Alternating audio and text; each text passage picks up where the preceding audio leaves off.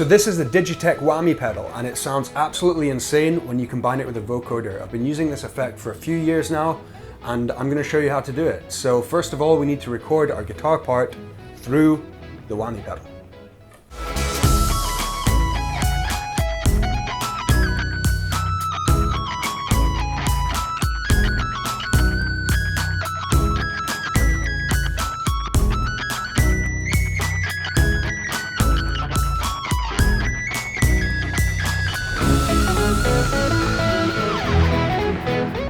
So when you've got a guitar take you're happy with, I'm actually using the DI. So the DI sounds like this. That's with the whammy pedal. And then I've put on a load of effects to get this sort of distorted sound that I like. That's super harsh, so I added some plugins to get rid of some harshness, some sort of dynamic EQ and soothe. Makes it a lot smoother. Then I level it out, make it a bit more even with some compression, and then some delay and reverb. Sounds pretty cool as it is, so I'm going to copy that DI track onto a track I've called Vocoder Audio, and I'm going to add Waves Morphoder, which is a super old vocoder plugin. There probably is a better one out now. I don't know. Who am I to say? But I'm activating the sidechain input. I've grabbed some chords, basically the chords from this chord progression in this part of the song. You can grab it from a chord track or a string track. It doesn't matter, you can edit it later when you sort of see how it sounds.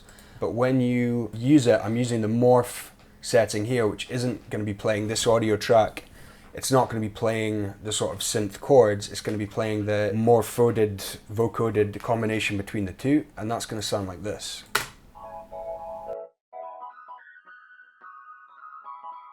So you can kind of see what that's doing. I'm going to add some more plugins to sort of hype it up. This is sort of just like leveling out the dynamics a bit and just sort of adjusting the volume. Then this is going to give it some stereo width. It's a cool little micro shift from Sound Toys. Super cool. Always good to add if a synth pad is sounding too mono. It just makes it stereo. And then I'm going to get rid of some frequencies that I think actually conflict with the guitar. So without it, it's like this.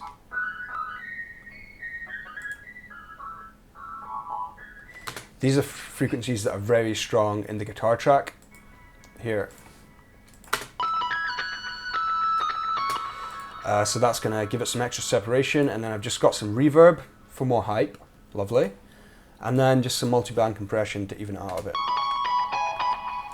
So yeah, when you've combined them together, it's going to sound really cool.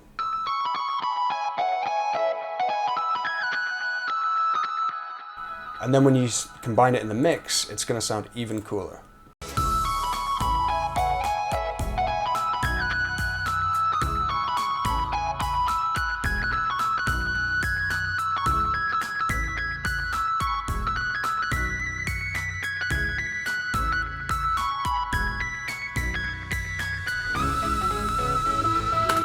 I think that's pretty hype. Everyone says it sounds like a synth. And you know, there are synth elements added with the vocoder, and I don't really know what the Digitech whammy pedal is doing. It might be doing some synth-like processing. Who really knows? I've not really found any plugin alternative that'll do the same as the Digitech whammy pedal. There are cool pitch shifters and certain effects like Little Alter Boy from Sound Toys, but simply pitch shifting up your audio is not going to get the same effect as the Digitech whammy pedal. The Digitech whammy pedal does its own sort of thing.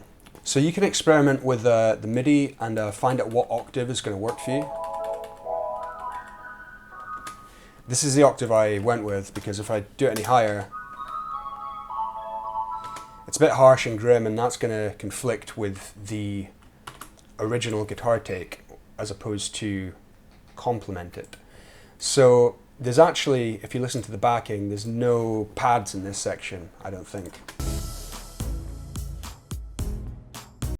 Just chord pad. So this is going to fulfill the, it's going to be your lead instrument and a cool sort of backing instrument. in a sweet combo. There's not a whole lot going on in the arrangement, so this is just super atmospheric and just like chill vibes, I guess. So there you have it. That is my Whammy Pedal vocoder guitar sound. I'm always trying to find new and interesting sounds, so if you know any, let me know in the comments, because I've heard everything before and I love hearing a fresh sound. So yeah, please give me a like and subscribe, and cheers.